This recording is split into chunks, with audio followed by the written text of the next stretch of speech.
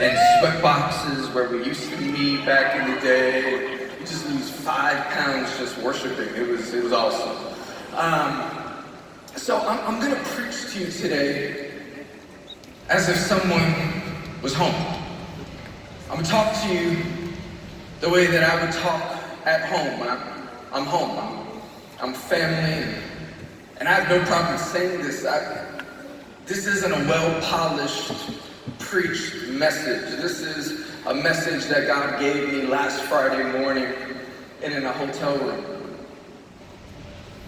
I want to open up by reading from the book of John, the 11th chapter. Now, I want you to take notes. I want you to write down the verses, because you're going to need these verses. You're going to need the reference. You're going to need to go back to these moments and reread it.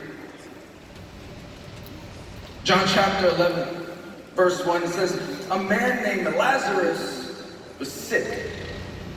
He lived in Bethany with his sisters, Mary and Martha. Verse 2, this is the Mary who later poured the expensive perfume on the Lord's feet and wiped them with her hair. Her brother Lazarus was sick. So the sisters sent a message to Jesus telling him, Lord, your dear friend is very sick. Other translations read this way, Lord, the one that you love is sick. Now, what I love about this moment is that right away from the information given to us, we're able to understand that this family has a very intimate relationship with Jesus. They know Jesus well enough that they can send a message to him and say, Lord, the one that you love, your friend, he's sick. On the other side of it, here's what's so great about our God, is that you could literally substitute the name Lazarus for any other name, and the statement would still read true. Lord, the one that you love, Lazarus is sick. Lord, the one that you love, Chris, is sick. Lord, the one that you love, Alex, is sick. Take any name, put it in there, and the statement is still true. Lord, the one that you love is sick.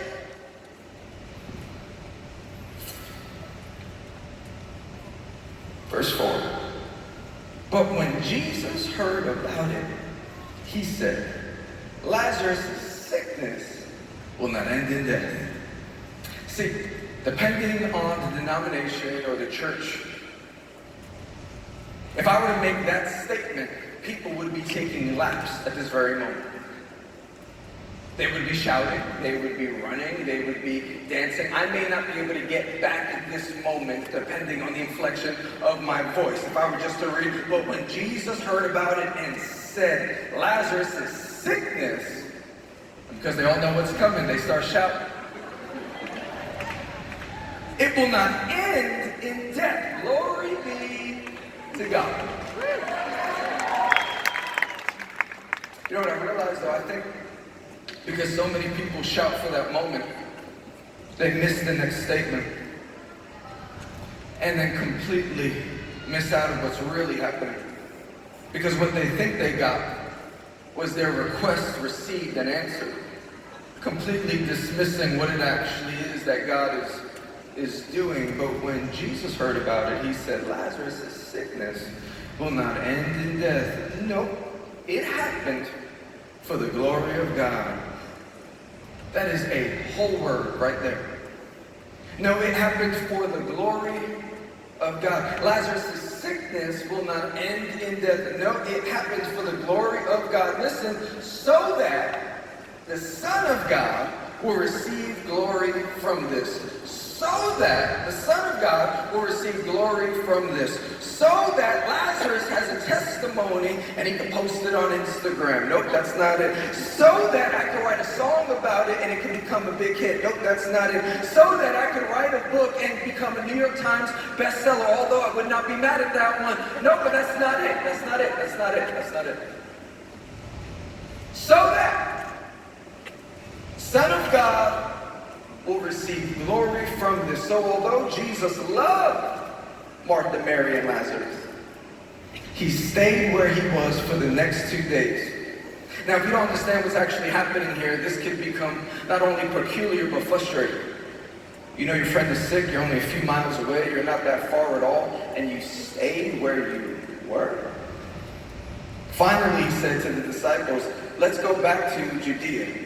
Now, it's this next portion of scripture that allows me to know that although I'm not the sharpest tool in the shed, I could have been a disciple, okay? Because based off of their responses, they weren't that smart. Listen to this. But his disciples objected. Rabbi, they said, only a few days ago, the people in Judea were trying to stone you. Are you going there again? Jesus replied, there are 12 hours of daylight every day. During the day, people can walk safely. They can see because they have the light of this world. But at night, there is a danger of stumbling because they have no light. Then he said, our friend Lazarus has fallen asleep. But now I will go and wake him up. Just imagine how beautiful and prophetic and poetic this moment is. The disciples said, Lord, if he's sleeping, he'll soon get better. Like completely missing everything that Jesus is trying to describe to them in this moment. They thought Jesus meant Lazarus was simply sleeping. Like they weren't that deep, you know? But Jesus meant Lazarus had died. So he told them plainly, listen, Lazarus is dead, okay? Like he gets so frustrated with them, like I'm trying to be poetic here, I'm trying to pull on your heartstrings, I'm a songwriter, you know what I mean? Like I'm trying to use imagery and I'm trying to paint pictures with my words, but they don't get it. They're just like, huh, what do you mean? He just gets so frustrated, like, forget it, he's dead, okay? Doesn't make a really good song, but he's dead, there you go. Completely missing out on what I was trying to do there. Thanks, but instead, wow. Verse 15, listen to this. And for your sakes, I'm glad I wasn't there. For now you will really believe. For now you will really believe. What are you suggesting, Jesus?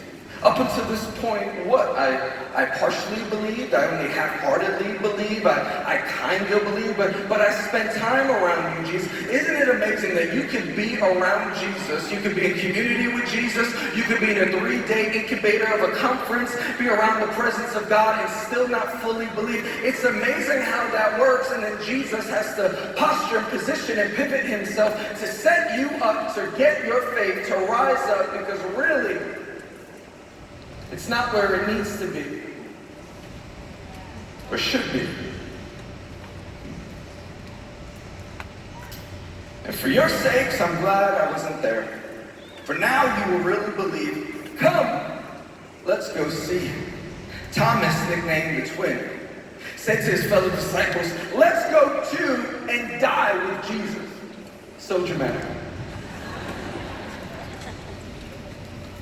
Verse 17, listen to this. When Jesus arrived at Bethany, he was told that Lazarus had already been in his grave for 4 days. Bethany was only a few miles down the road from Jerusalem, and many of the people had come to console Martha and Mary in their loss. When Martha got word that Jesus was coming, she went to meet him. But Mary stayed in the house. But Mary stayed in the house. The same Mary that later on would pour oil on his feet and wipe it with her hair. But in this moment, she stood back in the house. I'm going to take the next few moments and I want to speak to you from this idea. Oil over offense. If you're taking notes, I want you to write that down.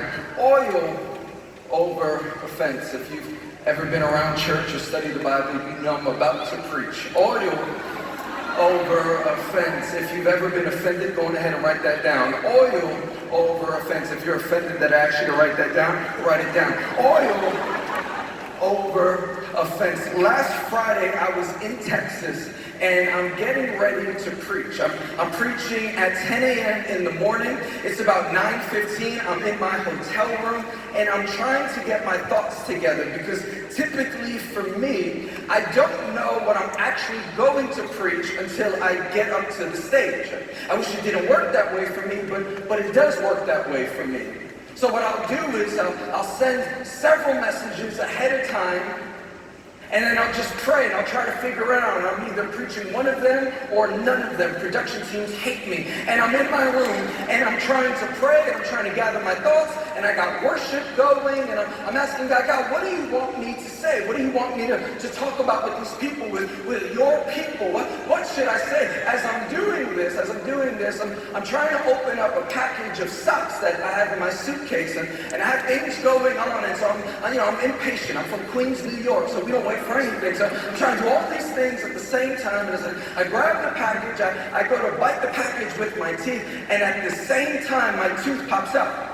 No.